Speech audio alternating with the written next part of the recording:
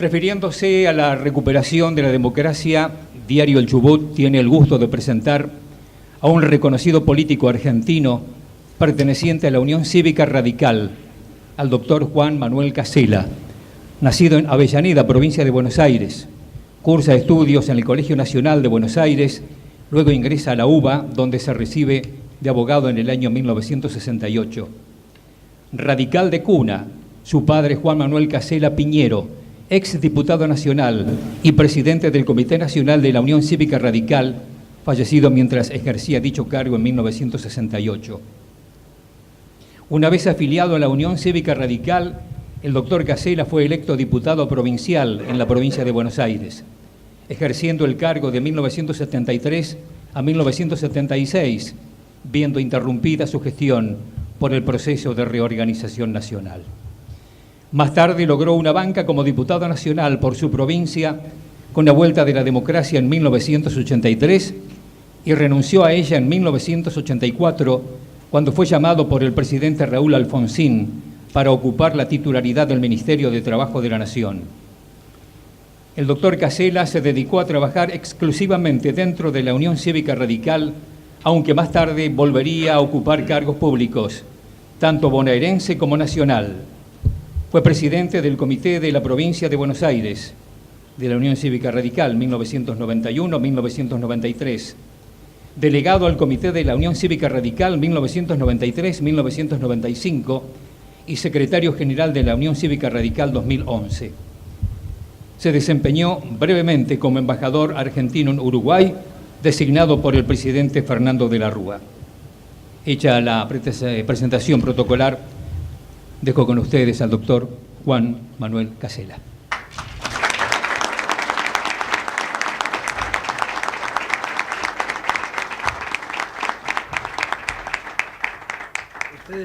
Primero, agradecer. Es un honor para mí estar ante ustedes en este lugar. Recuerdo las figuras de Atilio Biglione y de José Sáez, que son inspiradoras para todos nosotros, especialmente para los chubutenses. Pero un orgullo para los radicales contar con personalidades de ese nivel. Por lo tanto, es para mí un gusto estar acá, compartir esta tarde con ustedes. Yo voy a... perdón, quisiera hacer una aclaración, discúlpenme, pero me parece que estoy obligado. Yo no soy egresado en Nacional Buenos Aires, yo soy egresado del Colegio Juan Martín de Pueyrredón. Y si hay algún colega que se entera de que yo acepto que soy egresado de Buenos Aires, se va a ofender. Por lo tanto, hago la aclaración. Después fui profesor en el Nacional Buenos Aires durante un largo tiempo, y por eso cuando me encuentro con Yuyo Gauno o a cualquier otro egresado del Nacional Buenos Aires, yo digo, los egresados del Pueyrredón somos profesores en el Buenos Aires, con lo que queda definida la jerarquía.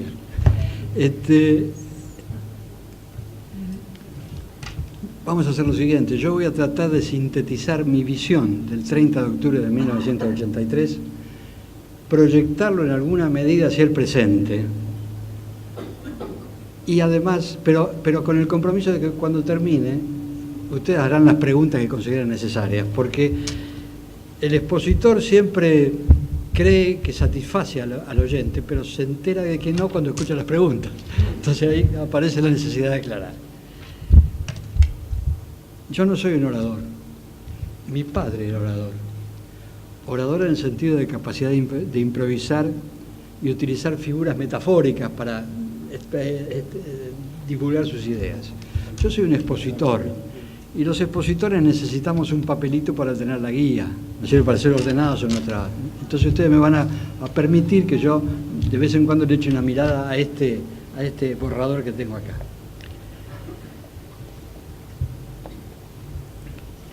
Quiero empezar recordando la primera pieza publicitaria de la campaña de Alfonsín en 1983, porque me parece que esa pieza publicitaria sintetiza un momento histórico. El creador de la pieza fue David Rato, el publicista que acompañó a Alfonsín durante toda la campaña. Y era un cartel que decía, un cartel y un aviso televisivo, en que con un fondo de sirenas, gritos y balazos, ruidos a balazos, apareció una leyenda que decía, más que una salida electoral, una entrada a la vida. Eso era el texto del cartel. Y me parece que eso indica bien qué expectativa tenía la sociedad con relación a la elección que se iba a desarrollar el 30 de octubre de 1983. Nosotros veníamos de un proceso trágico en el que, no por primera vez, pero sí por primera vez en esa dimensión, la muerte y la arbitrariedad en el manejo de la vida ajena se habían convertido en el escenario que todos tuvimos que vivir. El gobierno militar, conducido por quienes habían sido convencidos de que su misión era salvar a Occidente, había actuado con un nivel de agresividad realmente insólito en Argentina. Y ustedes son testigos válidos porque ha habido hombres de esta provincia que terminaron pagando con su vida la agresividad del régimen militar. Por lo tanto, el 30 de octubre tiene en ese sentido, y a partir de ese cartel, un valor simbólico. ¿Qué buscaba la sociedad argentina en ese momento? Salir de un estado de cosas que era insoportable desde el punto de vista moral y que además impedía vivir, porque no solamente porque la vida estaba en riesgo, sino porque era imposible desarrollar una vida normal en medio de ese tipo de organización represiva. ¿Cómo funcionó la salida? La salida funcionó muy fácilmente, devolviéndole al pueblo la capacidad de autogobernarse. Entonces, la salida electoral, aquel procedimiento que traté de sintetizar con el texto del cartel, es decir, una entrada a la vida, se hacía de la mejor manera posible, se hacía a partir de la convocatoria al pueblo para que decidiera su destino. Como todos nosotros sabemos, el 6 de septiembre de 1930 se había iniciado un proceso de participación militar en la vida política argentina que fue adquiriendo mayor profundidad a medida que se sucedían los golpes de Estado, porque empezamos con las Fuerzas Armadas interviniendo en política y terminamos con la militarización total de la sociedad argentina. Entonces, la recuperación del principio de soberanía popular constituía necesariamente un factor determinante para lograr que la Argentina saliera de ese pozo de sombras. El primer principio fue que el pueblo decida. El segundo principio fue: vamos a vivir en un Estado de Derecho. ¿Qué significa Estado de Derecho? Significa simplemente que todos los habitantes de un país están sometidos a la misma norma y son responsables de sus actos frente a la misma juez, frente al mismo juez. Eso es sintéticamente y de manera descriptiva el Estado de Derecho. Y lo que existía en la Argentina pre-30 de octubre no era un Estado de Derecho, sino un Estado de represión indiscriminada. Por lo tanto, la convocatoria desde el punto de vista político estaba destinada al dueño de la soberanía, que era el pueblo. La convocatoria desde el punto de vista jurídico e institucional estaba tendiendo a recuperar la vigencia plena de la ley para todos los argentinos.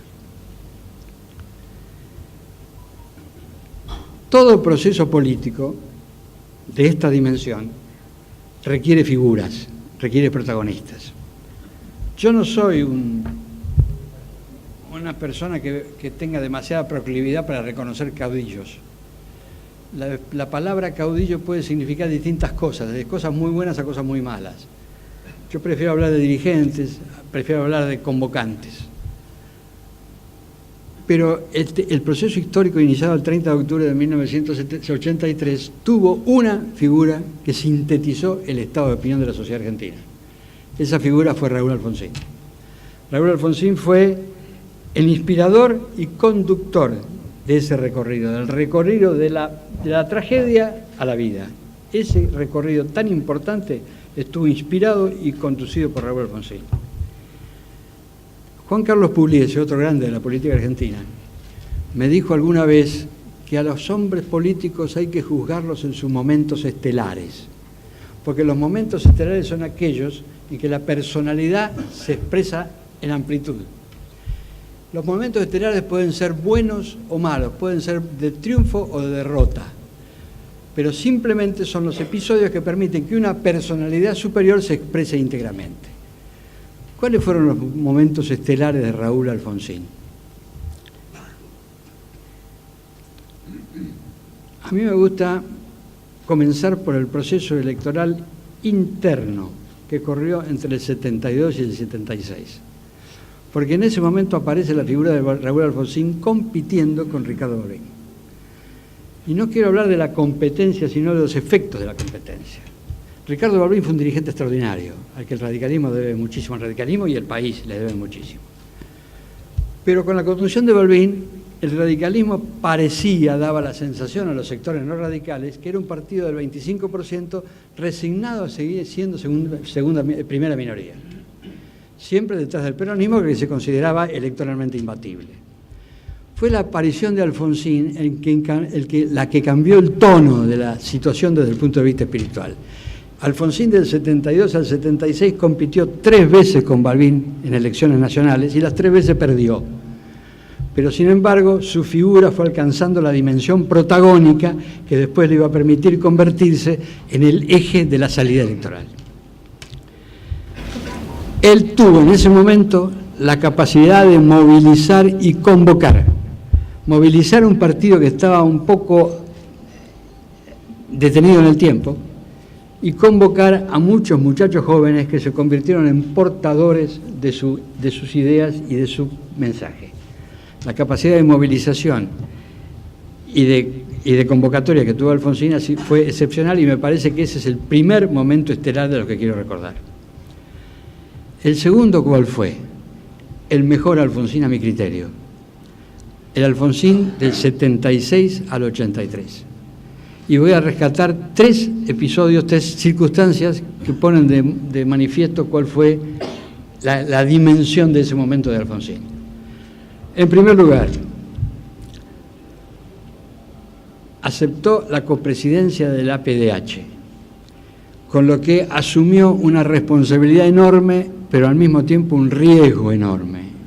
Y lo asumió con toda valentía y con toda convicción.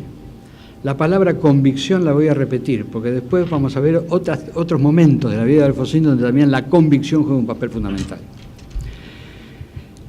Ustedes saben la dimensión de la represión militar, y ustedes saben el riesgo que implicaba interponer recursos de habeas corpus, denunciar desapariciones o presidir la PDH. Alfonsín lo asumió y lo ejecutó con puntualidad y sin claudicaciones de ninguna naturaleza. En ese mismo momento, en ese mismo periodo, hubo un momento particular. Y quiero que se me comprenda bien, porque ustedes son del sur de la Argentina. En 1982, el régimen militar decidió ocupar las Malvinas. Y por supuesto, la reivindicación histórica tiene vigencia en nuestros espíritus y nos moviliza permanentemente. Los argentinos tenemos derecho a plantear esa reivindicación y lo vamos a seguir diciendo hasta que obtengamos el resultado. En esta generación, en la próxima, cuando sea, obtengamos el resultado que debemos obtener. Pero la ocupación de Malvinas en el 82 fue motivada por el deseo del gobierno militar de seguir en el poder. No fue una acción reivindicativa, fue una acción conservacionista del poder. Sin embargo, la sociedad argentina, educada alrededor de la soberanía argentina de las Malvinas, salió a respaldar la ocupación de Malvinas. Y el único dirigente nacional de la Argentina fue Raúl Alfonsín cuando dijo que él estaba en contra y consideraba una bestialidad lo que estaban haciendo los militares. Reitero para que no se me interprete mal, la bestialidad consiste en el método que utilizaron para buscar la reivindicación territorial. Este es un ejemplo de coherencia y de convicción. Es difícil que un dirigente político en un momento determinado decida oponerse a lo que opina el 90% de la sociedad. Hay que tener mucho coraje para asumir ese papel, hay que tener mucho coraje y mucha convicción, y efectivamente Alfonsín lo tuvo. La actitud de Alfonsín frente a la ocupación de Malvinas es una demostración de la existencia de un momento estelar en esa vida. Y además la campaña electoral. El tercer momento que voy a recordar es la campaña electoral. ¿Por qué? Porque Alfonsín armó un discurso que, no lo digo por criticarlo, repitió en todas las tribunas del país. No era original su planteo. Lo que sucedía es que tenía una consistencia ideológica y moral muy fuerte. Y conmovía, aunque uno lo hubiera escuchado 20 veces, como nos pasaba a nosotros, que lo acompañamos, sabíamos que iba a decir, lo podíamos recitar al lado de él. Sin embargo, siempre nos conmovía. Ese mensaje incluía 2 elementos. En primer lugar, la afirmación siguiente: no podemos actuar como si nada hubiera sucedido, no podemos disimular la violación de los derechos humanos, no podemos esconder bajo la alfombra la violación de los derechos humanos, mientras que el candidato Ítalo Luder, candidato del justicialismo, estaba reconociendo la validez de la autoamnistía. Eran dos mundos distintos, dos visiones de la realidad distintas. Pero además, Alfonsín recurría, para cerrar su discurso, al preámbulo, ese preámbulo que hemos escuchado recitado en su voz cientos de veces. Cuando yo era estudiante de Derecho, la década de los 60, la opinión predominante en los círculos universitarios consistía en que la Constitución argentina era una pieza decimonónica ya pasada de moda, que era nada más que un papel escrito al estilo del alemán Lasalle. Ustedes se acuerdan de Lasalle. Alfonsín reivindicó la Constitución y convirtió a su preámbulo en una pieza de convocatoria moderna y vibrante. Tuvo la inteligencia y la capacidad de convertir al preámbulo de la Constitución en un instrumento de devolución de soberanía al pueblo. A partir de ese recitado, el pueblo se sintió convocado a participar. ¿Cuál era la razón por la que la gente le creía a Alfonsín cuando recitaba el preámbulo de la Constitución, cuando decía que la guerra de Malvinas no debía ser, cuando anunciaba que no iba a actuar como si nada hubiera sucedido? ¿Por qué la gente le creyó? La gente le creyó porque estaba seguro de que Alfonsín decía la verdad. La verdad fue el instrumento básico de la convocatoria de Alfonsín. La verdad dicha, pero fundamentalmente la verdad sentida.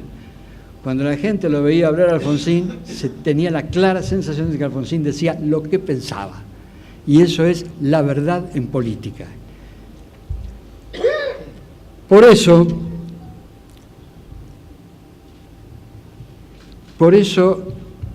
la circunstancia de que Alfonsín logró movilizar a la sociedad, convocando a sectores que no pertenecían a la Unión Cívica Radical.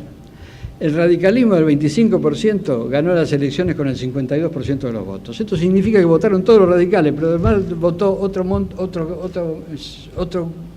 cantidad de gente equivalente al 22% por lo menos, para que Alfonsín ganara las elecciones. Ahí está la capacidad de convocatoria y de movilización. Otro momento estelar. El día de diciembre, no me acuerdo qué día, pero cerca de fines de diciembre, cuando Alfonsín, rodeado por su gabinete, anuncia públicamente que iban a poner en marcha el juicio a las juntas. Es decir, cumpliendo la afirmación de que no podíamos actuar como si nada hubiera sucedido. Yo lo recuerdo, y acá, perdónenme que yo haga referencia a mí mismo, que siempre es una cuestión de mal gusto, pero me parece que sirve para ubicarse.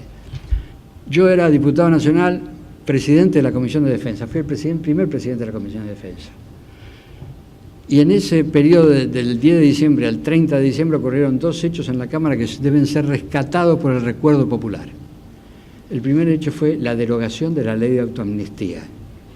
Como ya dije, el doctor Luder, al que reivindico como un hombre inteligente y honesto, simplemente se había dejado llevar por la inercia de la historia y había dicho públicamente que la ley de autoamnistía debía ser aceptada como válida, a partir del principio de que toda legislación más beneficiosa para el imputado debía aplicarse automáticamente.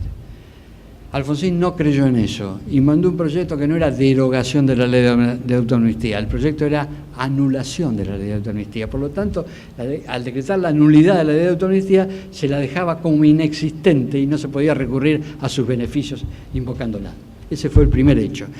Yo debo decir que tuve el honor de ser uno de los diputados que levantó la mano para votar a favor de la nulidad de la ley de autoamnistía. El segundo hecho me tuvo un poquito más como protagonista, fue la reforma del Código de Justicia Militar.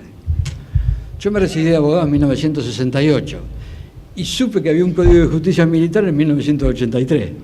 Además tuve 15 días para preparar el discurso y realmente tuve la asistencia necesaria como para que la pieza saliera más o menos redonda. Pero lo que quiero decir es que la reforma del Código de Justicia Militar estableció la existencia de una apelación obligatoria en el ámbito de la justicia civil, lo que superaba el inconveniente que significaba que el Tribunal Supremo de las Fuerzas Armadas, que tenía la competencia en ese momento, no se negara a actuar, porque en los hechos se negaba a actuar. De manera que por esa vía conseguimos poner en marcha el juicio a las juntas. Ahí se cierra lo que me parece lo más grande de Alfonsín, porque lo hizo desde afuera del poder, salvo la anulación de la ley de autoamnistía y la reforma del Código Civil Militar. Lo hizo desde fuera del poder y con una autoridad moral e intelectual tan grande que convenció a los argentinos. Si esos son los momentos estelares, ¿cómo podemos explicar que Alfonsín haya sido capaz de protagonizar esos momentos? ¿Solo por inspiración personal? No. Alfonsín pertenecía a la Unión Cívica Radical.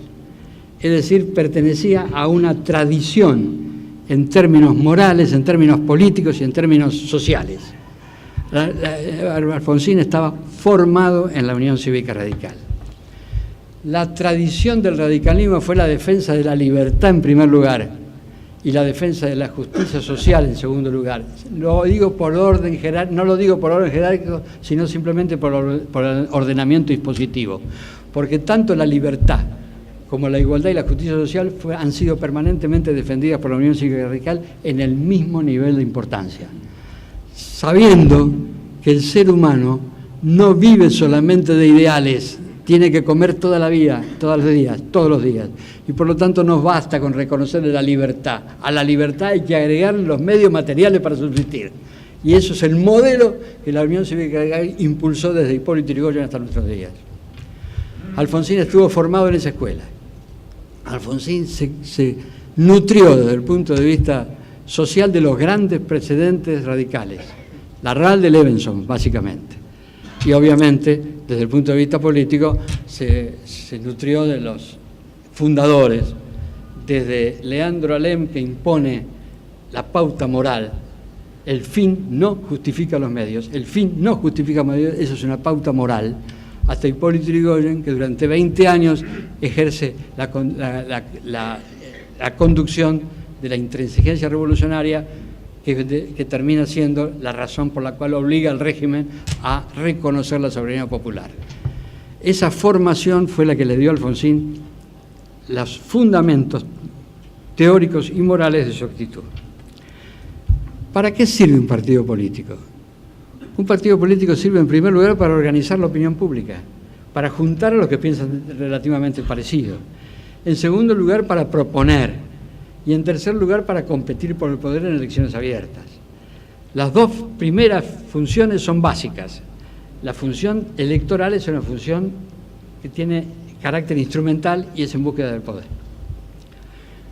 Pero el partido político, en la medida que esté organizado y tenga disciplina interna, implica un elemento positivo adicional. Y ese elemento positivo adicional es el principio de responsabilidad. Los dirigentes que pertenecen a un partido político saben que le van a tener que rendir cuenta de sus actos al partido político en primer lugar. ¿Por qué digo esto? Porque en los últimos años nosotros vivimos en Argentina la aparición de políticos individuales que vuelven al método que se aplicaba en la Argentina previa a 1890, cuando se constituían clubes que apoyaban la candidatura de determinada persona. Hemos vuelto a ese sistema y entonces aparece el dirigente individual que tiene prestigio personal y alrededor de él se forma el club de admiradores que se convierte en un partido político. Ahora, eso elimina el principio de responsabilidad, porque un dirigente individual solo responde frente a sí mismo. Cuando un dirigente individual quiere verificar su nivel de responsabilidad, se mira al espejo y ahí termina la rendición de cuentas. Esto debemos tenerlo en cuenta porque es importante para la eficiencia operativa de la democracia. ¿Cuál es el último elemento que Alfonsín hereda de la Unión Cívica Radical? Y el contenido social del discurso de Parque Norte. El discurso de Parque Norte es una pieza que merece ser releída.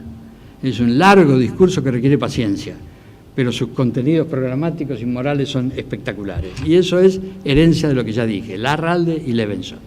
Levenson, el autor de aquella frase que ustedes conocen y que yo he repetido miles de veces, tenemos que tener doctrina para que nos comprendan, pero tenemos que tener conducta para que nos crean, el componente ideológico y el componente moral. Eso fue el discurso de Parque Norte. La Unión Cívica Radical, donde se formó Alfonsín, tenía implícitamente reconocido un principio básico. Ese principio dice: las convicciones por encima de las conveniencias. Las convicciones siempre por encima de las conveniencias. Y si analizamos la vida de los grandes dirigentes de la Unión Cívica Radical, siempre nos vamos a encontrar con que siempre colocaron las convicciones por encima de las conveniencias. Ojo, porque no es lo que estamos viendo en la política argentina de hoy. Y si no lo estamos viendo, ¿qué corresponde ahora hacer? Analizar el estado del sistema político argentino hoy y ver cómo se proyectó la democracia a lo largo del tiempo. ¿Cuál fue el resultado de aquel impulso inicial y aquel nivel de participación tan alto?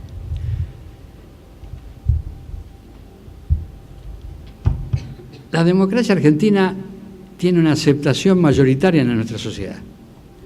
Y esa aceptación mayoritaria se ha mantenido pese a las crisis que hemos tenido que sobrellevar.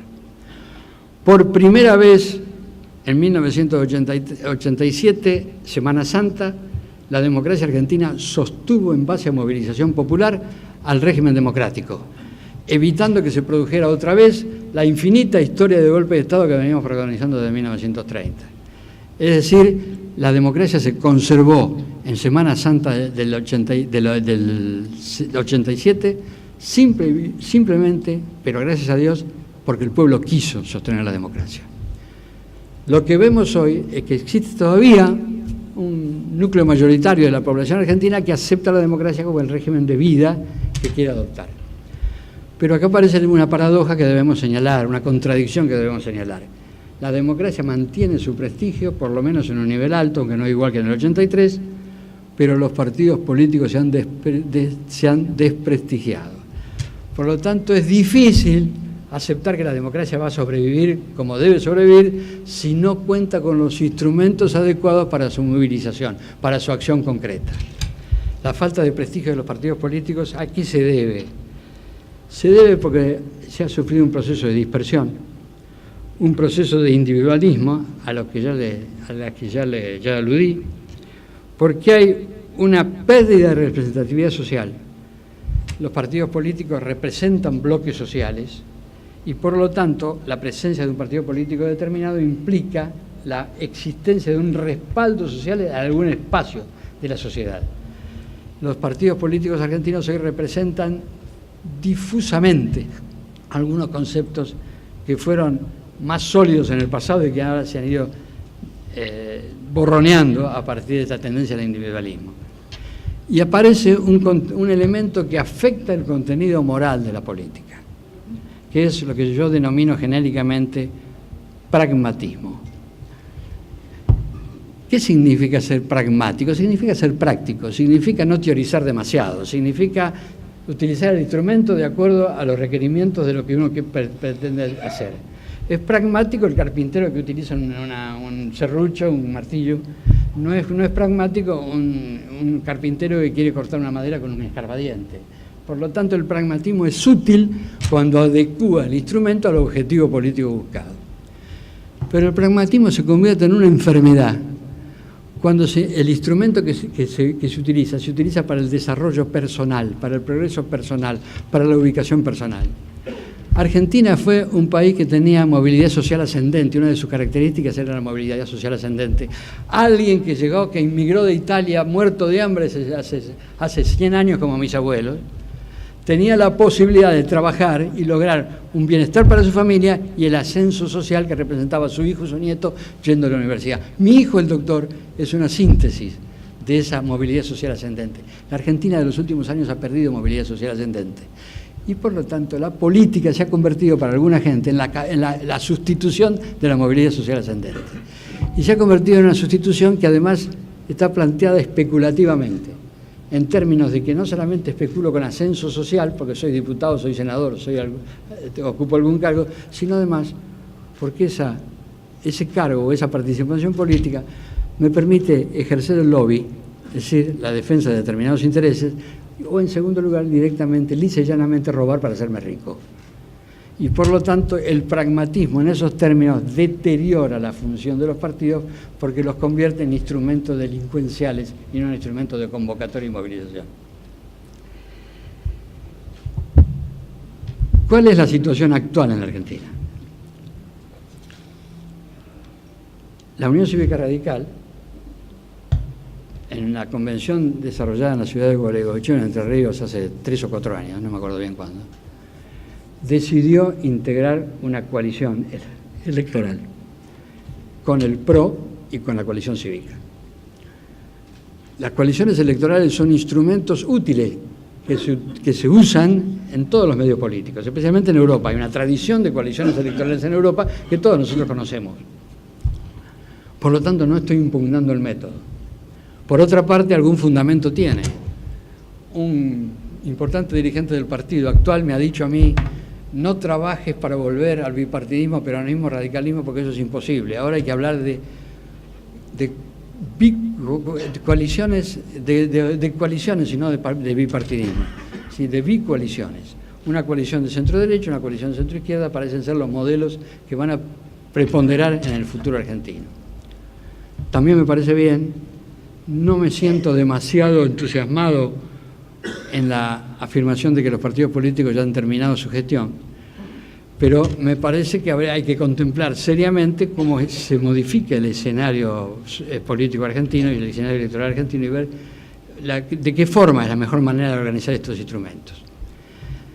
Las coaliciones consisten en acuerdos entre partidos que tienen distintos orígenes, distinta trayectoria e incluso distintas ideas, pero que en un momento determinado y por razones propias del interés nacional deciden que hay un objetivo que es más urgente que sus propias diferencias.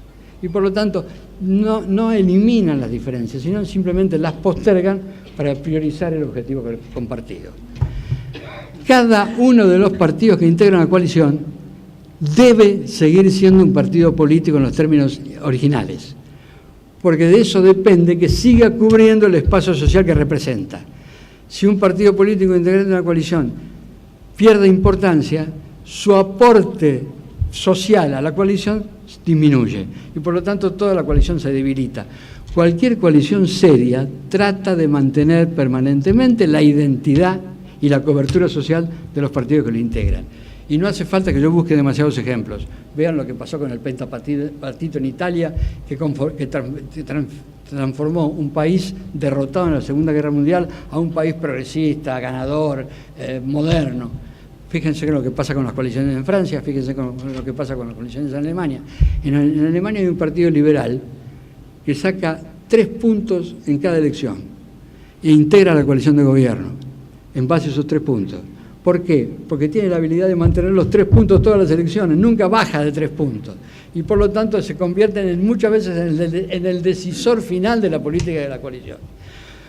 ¿Qué quiero decir con esto? Con que la decisión del radicalismo de integrar la coalición de ninguna manera debe interpretarse como declinación de su identidad, declinación de sus ideas y declinación de sus principios, sino que debe ser interpretado como un fortalecimiento de esos instrumentos para fortalecer por esa vía la coalición. El propósito inicial de la coalición fue evitar la continuidad de un régimen populista autoritario que estaba deformando la política argentina y que además, ahora lo comprobamos, ahora lo sabemos, se había convertido en el instrumento de enriquecimiento de un grupo muy importante de dirigentes políticos, pero también de un grupo muy importante de aventureros que se refugiaron debajo del poder político de quienes estaban siendo los que tenían responsabilidad de gobierno. Por lo tanto, la justificación histórica de la coalición que integramos los radicales fue parar un modelo decadente que nos iba a llevar necesariamente a la venezolización. Lo dije bien, venezolización. Pero hubieron omisiones de origen que me parece que nos han perjudicado. La primera omisión consistió en la inexistencia de una plataforma compartida, debatida y compartida antes de poner en marcha la coalición. No existe ese instrumento, no existe una plataforma de la coalición Cambiemos. En segundo lugar, la inexistencia de una mesa de discusión estratégica que fue orgánica. Obviamente, los socios de la coalición tienen derecho a coparticipar de las decisiones de gobierno. Y nosotros sabemos perfectamente que el radicalismo no coparticipa de la acción de gobierno y que cuando es convocado a integrar en alguna mesa lo es para ser notificado de las decisiones adoptadas y no para preguntarle cuáles deben ser esas decisiones. En tercer lugar, también existe una falta de articulación en el gobierno de la coalición que tendría que tener una forma orgánica de toma de decisiones, y tampoco existe. Esas omisiones han permitido que en la práctica la coalición electoral exitosa no se convirtiese en coalición de gobierno. Funciona como una coalición electoral exitosa que en algunos momentos llega al nivel parlamentario, pero nunca pasa del nivel parlamentario al nivel ejecutivo. Por lo tanto, la coalición electoral que integra la Unión Cívica Radical nunca se convirtió en una coalición de gobierno. Esto por las razones que acabo de decir, por la falta de los instrumentos necesarios, y también porque el presidente Macri tuvo la honestidad de decir al otro día de ganar las elecciones que iban a gobernar los que habían ganado, como diciendo los demás acompañan y les informaremos, ¿no es cierto?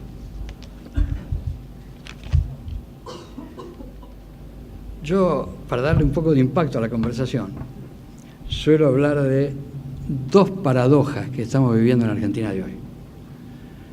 A lo mejor ustedes interpretan que es un juego de palabras, pero como todo juego de palabras, debajo del juego alguna verdad hay. ¿Cuál es la primera paradoja que suelo ver, que suelo mencionar? La coalición nació para derrotar al populismo autoritario, para impedir el avance del populismo autoritario. Ahora nos estamos enterando de que hay estrategas electorales que sostienen que hay que mantener y preservar la figura de Cristina Kirchner, porque es la razón por la cual nosotros podemos volver a ganar las elecciones el año que viene. Es decir, la coalición que se creó para detener el populismo autoritario tiene que ahora sostener la vigencia del populismo autoritario para tener posibilidades ciertas de ganar las elecciones. La segunda paradoja es la siguiente. El presidente Macri, muy bien, muy acertadamente, dijo en su primer mensaje al Congreso de la Nación que su objetivo era pobreza cero. Y en ese momento se lo criticó, mal criticado, porque los críticos dijeron, en ningún lugar del mundo hay pobreza cero, no se puede afirmar eso. Yo entiendo a Macri y comparto lo que dice. Él lo enuncia como objetivo, pobreza cero. Obviamente siempre va a haber gente más pobre que otra, pero lo fundamental es establecer un mínimo, un piso de igualdad, que es la pobreza cero que quiere Macri. Después lo dijo más rotundamente. Macri dijo alguna vez, yo quiero que la efectividad de mi presidencia sea juzgada a partir de la disminución de la pobreza en Argentina, de los números de disminución de la pobreza en Argentina. Bueno, ahora tenemos un plan económico que creo que es necesario, pero que en realidad parece decirnos que tenemos que aumentar la pobreza para llegar a la pobreza cero. Eso es la segunda paradoja que estoy viendo en este momento.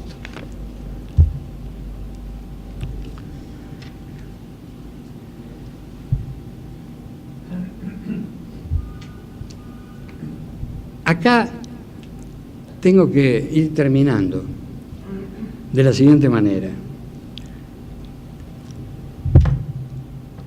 La política requiere componentes morales. La política requiere honestidad personal. Y nosotros tenemos ejemplos excepcionales de honestidad. El doctor Arturo Illia se ha convertido para cualquier argentino, por más desinformado que esté, en el ejemplo mismo de gobernante honesto. Pero vamos a ver bien qué es la honestidad en política. Porque dicen que Illia no robaba.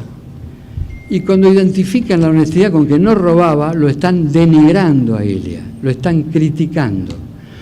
Porque en esa generación la idea del robo estaba absolutamente excluida. La deshonestidad no era un problema porque no existía, porque habían sido formados de tal manera que ni siquiera se les ocurría robar. Por lo tanto, decir que eran honrados porque no robaban, estábamos diciendo repitiendo lo que denominan tautología. ¿En qué consiste la honestidad? ¿En qué consiste la honestidad de un político radical? ¿En qué consiste la honestidad de Arturo Illia?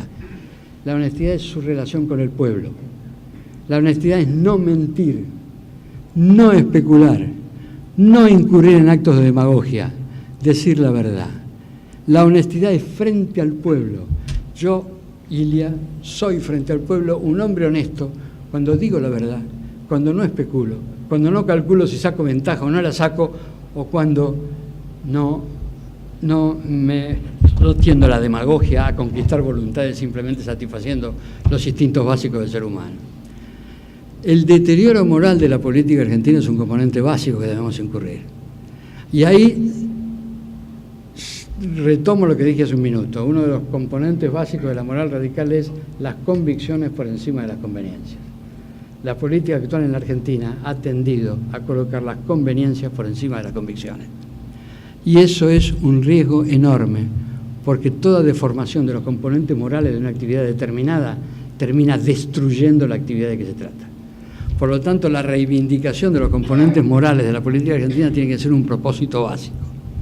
Esto no significa limitarse al análisis de las circunstancias. Acá se trata fundamentalmente de adquirir las funciones ejemplares que los dirigentes políticos tienen necesariamente que tener. La ejemplaridad puede ser positiva o negativa. Arturo Illia es un caso de ejemplaridad positiva, porque eso puesto encima del escenario histórico le demuestra a los argentinos que es posible gobernar muy bien, como gobernó Arturo Illia, y según lo dicen las estadísticas oficiales analizadas objetivamente. Fue, de acuerdo a algún historiador que está de moda, Felipe Piña, el mejor gobierno argentino del siglo XX, desde el punto de vista de las estadísticas. Es decir, gobernó muy bien.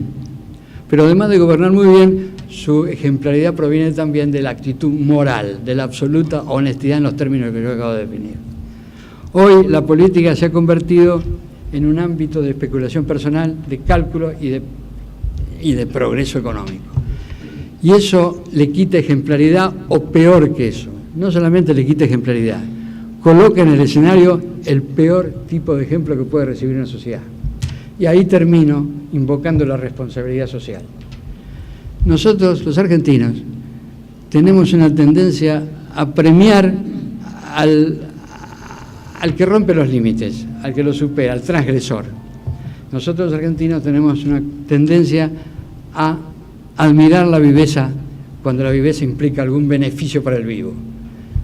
Bueno, muchachos, fíjense cómo estamos. Fíjense qué ha pasado con la economía argentina y la distribución del ingreso argentino en los últimos 20 años. Y se darán cuenta que cuando estamos gobernados por vivos, todos vivimos peor. Muchas gracias, señor.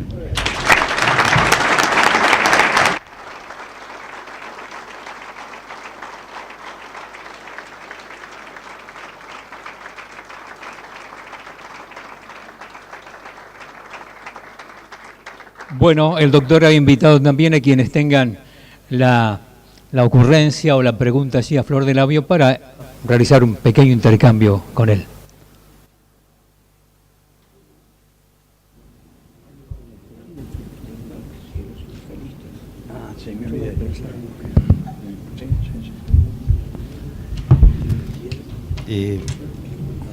Hola.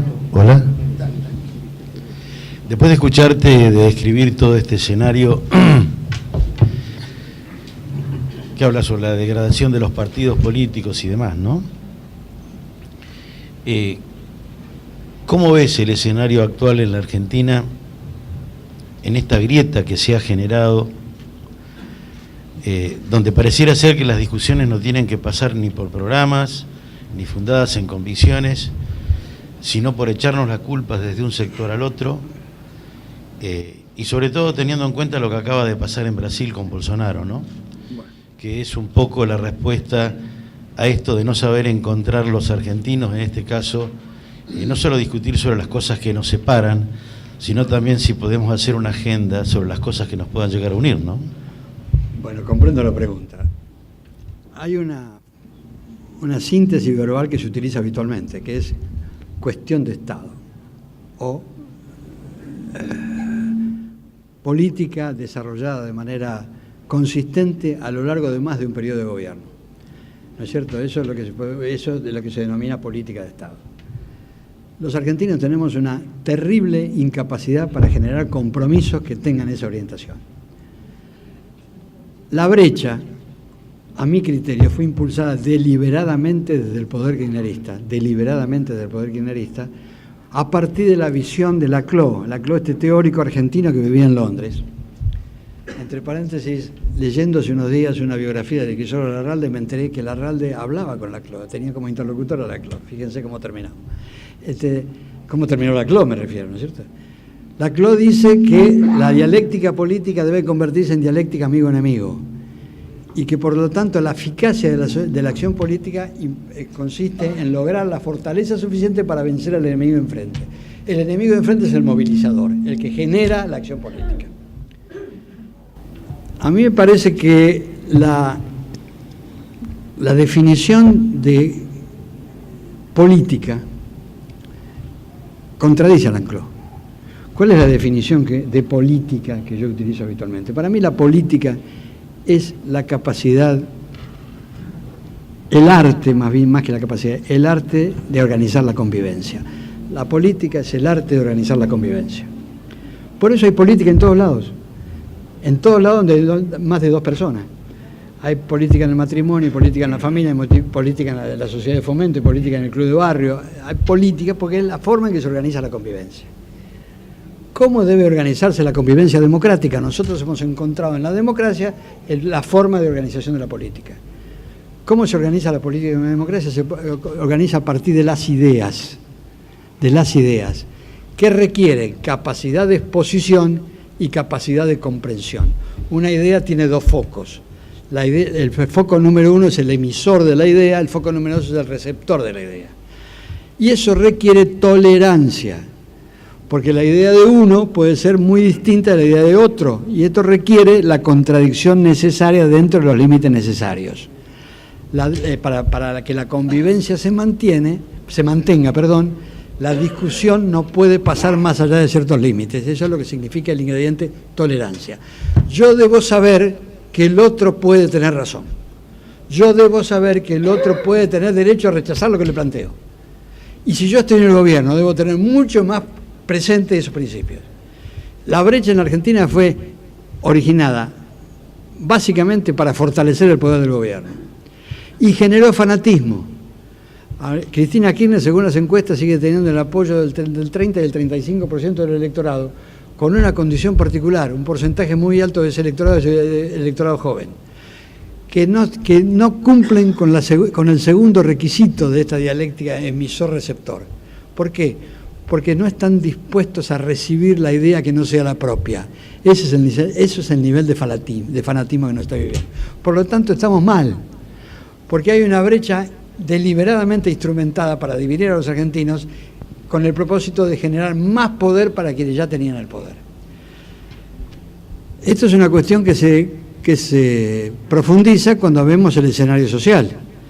Si tenemos un 30% de pobres, es difícil que haya mucha capacidad de escuchar. El pobre lo único que escucha son sus propias necesidades. Y no le podemos pedir al pobre que se siente a la mesa tranquilamente para analizar el planteo que hace el otro que está allá del otro lado. Me parece que la brecha, planteada como fue planteada de manera deliberada, sobre una sociedad ya dividida objetivamente por la pobreza, por el acceso a la riqueza, es una combinación difícil. ¿Qué sucede en otras sociedades? Y la respuesta de esas otras sociedades es más preocupante todavía. Yo suelo decirle a los amigos que nos quedan de la izquierda en Argentina, siempre hay algún compañero de la facultad, siempre, ¿no?, con el que uno se sienta a debatir estas cosas. Yo tengo un grupito de amigos de Pueyrredón que ahora son docentes de sociales en la Universidad de Buenos Aires y forman un grupo muy compacto de una orientación filomarxista.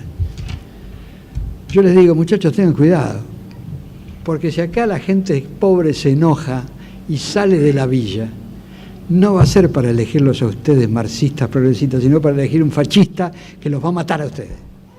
Y lo que está expresando la experiencia internacional en este momento es exactamente eso. En Europa, con la figura del emigrante, del pobre tipo que está en África muriéndose de hambre y quiere que le tiren un mendrugo, se desespera porque le tiren un mendrugo. La resistencia a la inmigración en Europa convirtió al Mediterráneo en el cementerio más grande del mundo. Por lo tanto, ahí tenemos ejemplos. ¿Quiénes crecen? ¿Los revolucionarios o los fascistas? Crecen los fascistas. Lo tenemos a Salvini en Italia, que es la expresión del mussolinismo redivivo. La tenemos a Le Pen en Francia, Frente Nacional. Tenemos a Orbán en Hungría, o en Polonia, no me acuerdo si Orbán es Hungría o Polonia. La tenemos a Merkel, hoy está en la tapa de los diarios, Merkel retrocediendo frente al crecimiento de los sectores de derecha en Alemania. Lo tenemos a Trump en Estados Unidos, que también trabaja sobre la condena al inmigrante. Estamos viendo cómo pasan por Honduras, Nicaragua y México una fila interminable de inmigrantes que quieren llegar a Estados Unidos. ¿Por qué? Porque tienen la ilusión de alcanzar la calidad de vida que sus países no le pueden dar.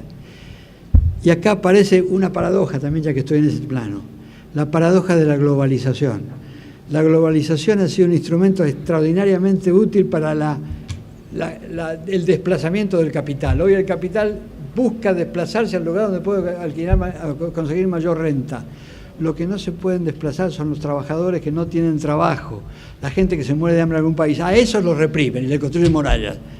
Entonces estamos en una etapa en la que parece ser que lo único efectivamente libre es el capitalismo financiero, que es el que origina el 90% de las transacciones económicas en el mundo.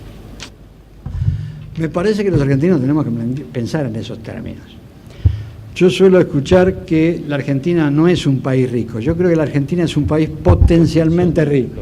Tiene la capacidad de convertir la riqueza potencial en riqueza real. Cuando la convierte, tiene que distribuirla al mismo paso. No podemos decir, como dicen algunos economistas, primero hay que crecer y después distribuir. No, muchachos. Si un señor no tiene que comer, mañana se muere. No le hagamos esperar al recorrido del crecimiento para ir a rescatarlo del cementerio para que coma. Entonces, me parece que acá la Argentina tiene que asumir la tarea necesaria de buscar el mayor nivel de igualdad social posible a partir de una visión democrática que pase del plano político exclusivo al plano social. Me parece que por ahí está la cosa. Las políticas de Estado son un instrumento. Y yo creo que hay 4 políticas de Estado. Permítanme que agregue un elemento para la discusión. La primera política de Estado debe ser la reforma del Estado en sí mismo, porque el Estado, como está actualmente, no es la herramienta eficiente para promover el desarrollo argentino. No lo es el Estado nacional, no lo son los Estados provinciales, no lo son los Estados municipales.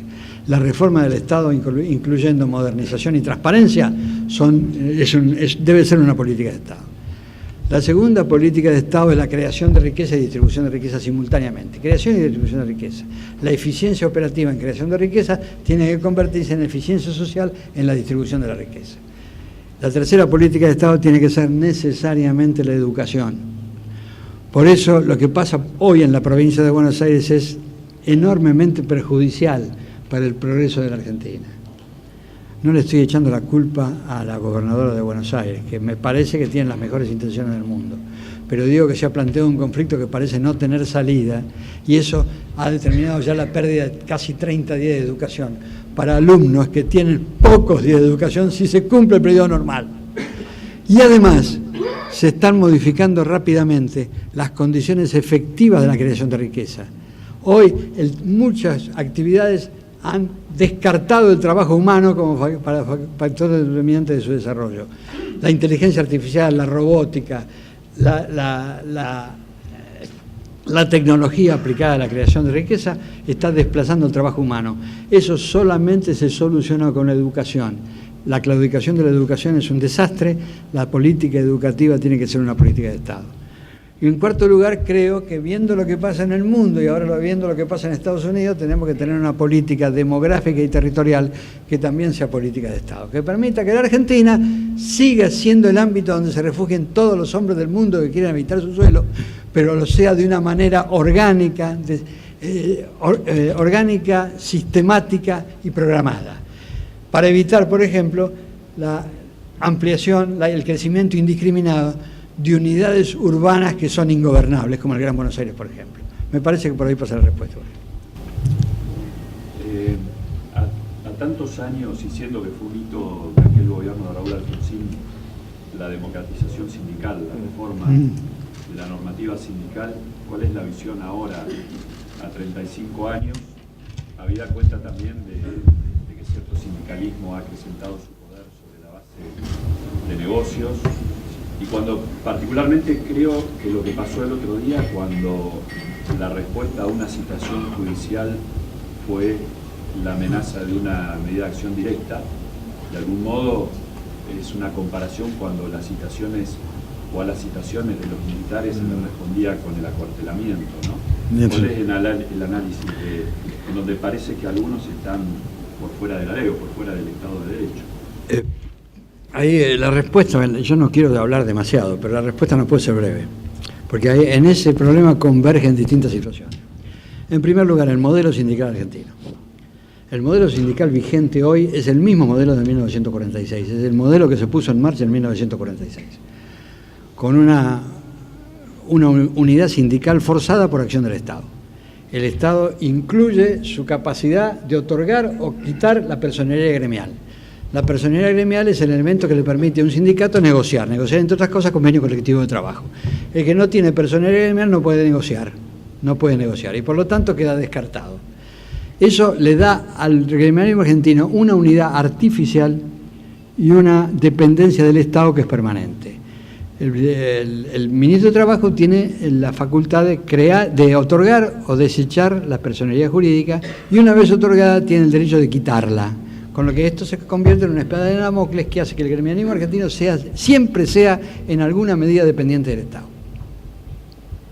En segundo lugar, esta legislación vigente en la Argentina se pensó en función de la realidad, de la realidad productiva vigente en los años 40, 50, 60, que era la realidad de la gran empresa con miles de trabajadores, y eso no existe más.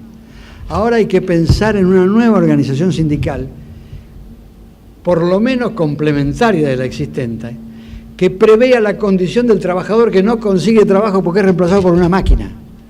Vamos a ver cómo hacemos para afrontar ese problema que se viene encima.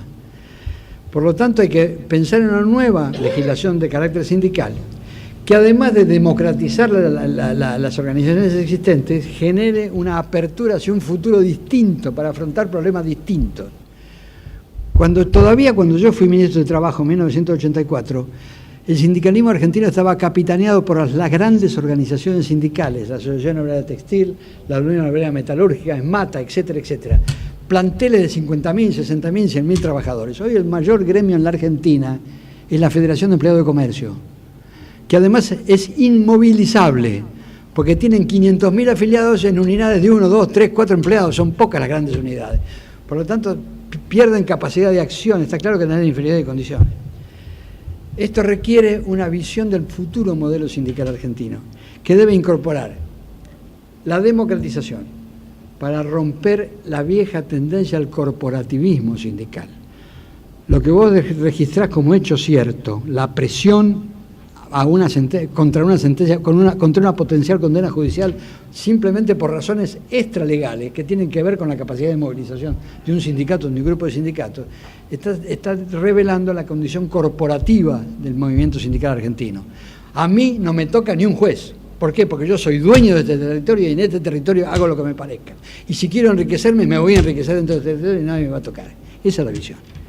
Eso me parece que no aguanta, te lleva a conflictos interminables que están lejos de favorecer a la clase trabajadora.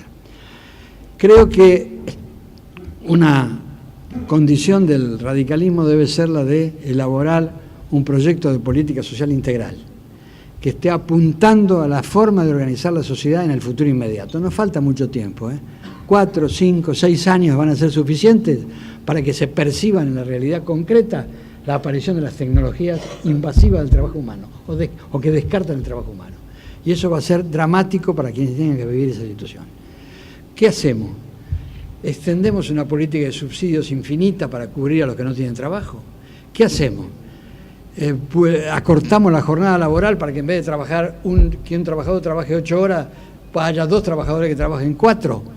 En algunos lugares de Europa se están pensando en ese tipo de soluciones, pero para financiar ese tipo de soluciones hace falta una economía productiva, porque pagar 4 horas en lugar de 8 implica seguir pagando el mismo sueldo por 4 horas que por 8, y entonces se pasan a pagar 2 sueldos cuando hay 2 trabajadores de 4 horas cada uno. Eso requiere una política económica productiva.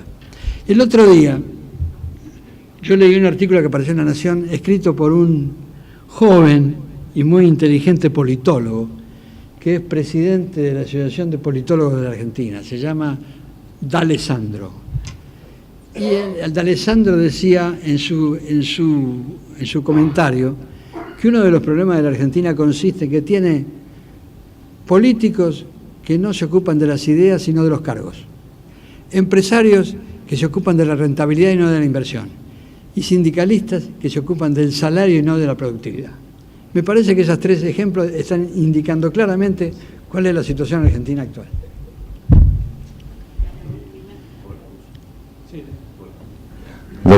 Doctor Casella, las últimas palabras de su discurso me llamaron la atención. Habló del gobierno de los vivos.